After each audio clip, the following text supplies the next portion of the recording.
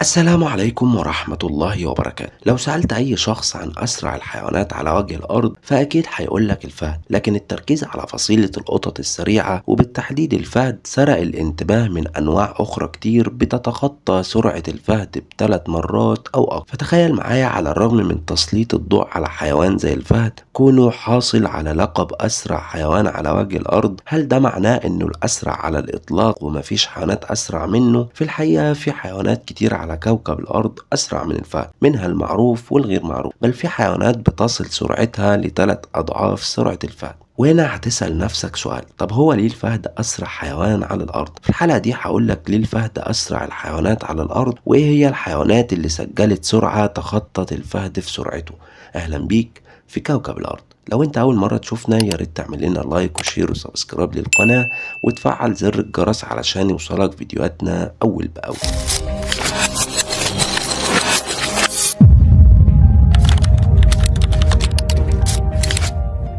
الفهد هو أسرع الحيوانات البرية على كوكب الأرض، ويعتبر أكثر القطط الكبيرة المهددة بالانقراض في أفريقيا، وموجود منه أقل من 7000 فهد فقط، ومتوسط عمره من 10 ل 12 سنة، وسنة بعد سنة مع كثرة الصيد في أفريقيا وفقده للمواطن الطبيعية وتغير المناخ المستمر، ده بيعرض أسرع حيوان بري في العالم لخطر الانقراض. الفهد بيتميز بتكيفه الفريد مع السرعة بسرعات قصوى موثقة بتوصل ل 64 ميل، يعني حوالي 103 كيلومتر في الساعة، وبتوصل في بعض الأحيان ل 110 كيلومتر في الساعة. وده بيخلي الفهد يتفوق بسهولة على الحيوانات السريعة الأخرى زي خيول السباق علشان يقتنص لقب أسرع حيوان بري في العالم. لكن الغريب في سرعة الفهد، رغم انه اسرع حيوان وعلى الرغم من انه بيوصل للسرعة الفائقة دي في اقل من 3 ثواني، الا انه مش دايما بينجح في الصيد، وده بسبب انه سرعته القصوى ما بتستمرش لفترات طويلة.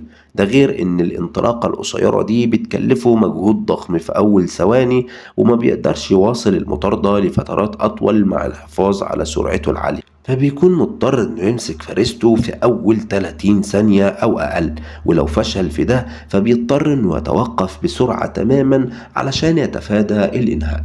الفهود بتقضي معظم وقتها نايمة، ونشاطها بيكون ضئيل جدا خلال أشد فترات النهار حرارة، وبتنام تحت حماية الأشجار الكبيرة لأنها بتفضل الأماكن الظليلة، وبتكون في أعلى درجات نشاطها خلال ساعات الصباح المبكر والمساء. دكتور جون هاتشنسون، أستاذ الميكانيكا الحيوية التطورية في الكلية الملكية البيطرية في لندن، بيقول إن السر اللي بيمنح الفهد السرعة الفائقة دي هو تركيبة جسمه الدقيق بين طول الساق وحجم العضلات والخطوة الطويلة اللي بتوصل ل7 أمتار في القفزة الواحدة، وده بيمنح الفهد الجسم المثالي للركض بين الحيوانات البرية.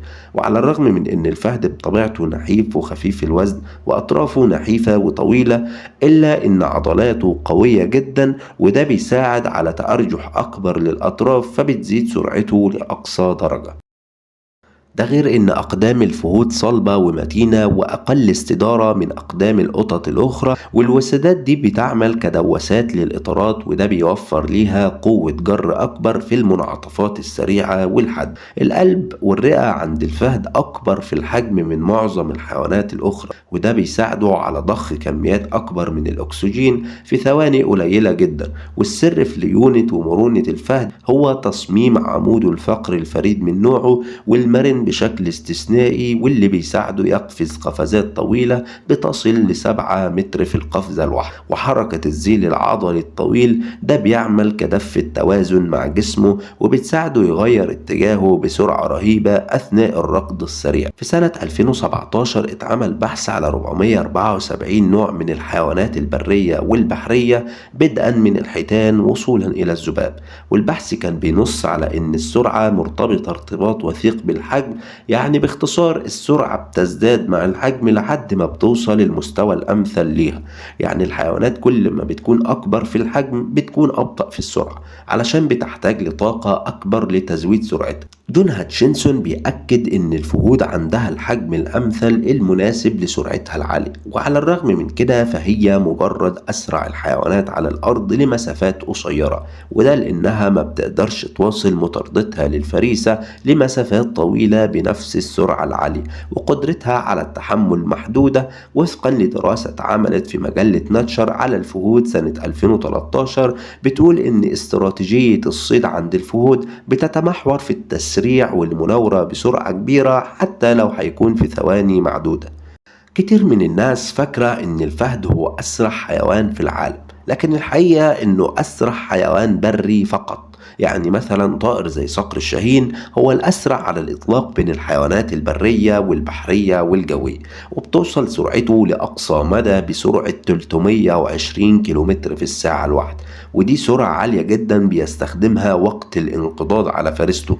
أما في البحر فعندك مثلا السمكة الشراعية اللي بتوصل سرعتها ل 110 كيلومتر في الساعة، وسمكة المورلين اللي بتوصل سرعتها ل 80 كيلومتر في الساعة. أما على البر فالفهد هو الصياد الأسرع والأخطر على الإطلاق. في النهاية عايز أقولك إن الفهد مش مجرد أسرع حيوان بري على الأرض، هو رمز لعظمة الطبيعة ورسالة واضحة إن كوكبنا محتاج حمايتنا، ويمكن في يوم من الأيام لو ما تحركناش دلوقتي لحمايته من الانقراض هيفضل الفهد مجرد ذكرى عابرة في كتب التاريخ.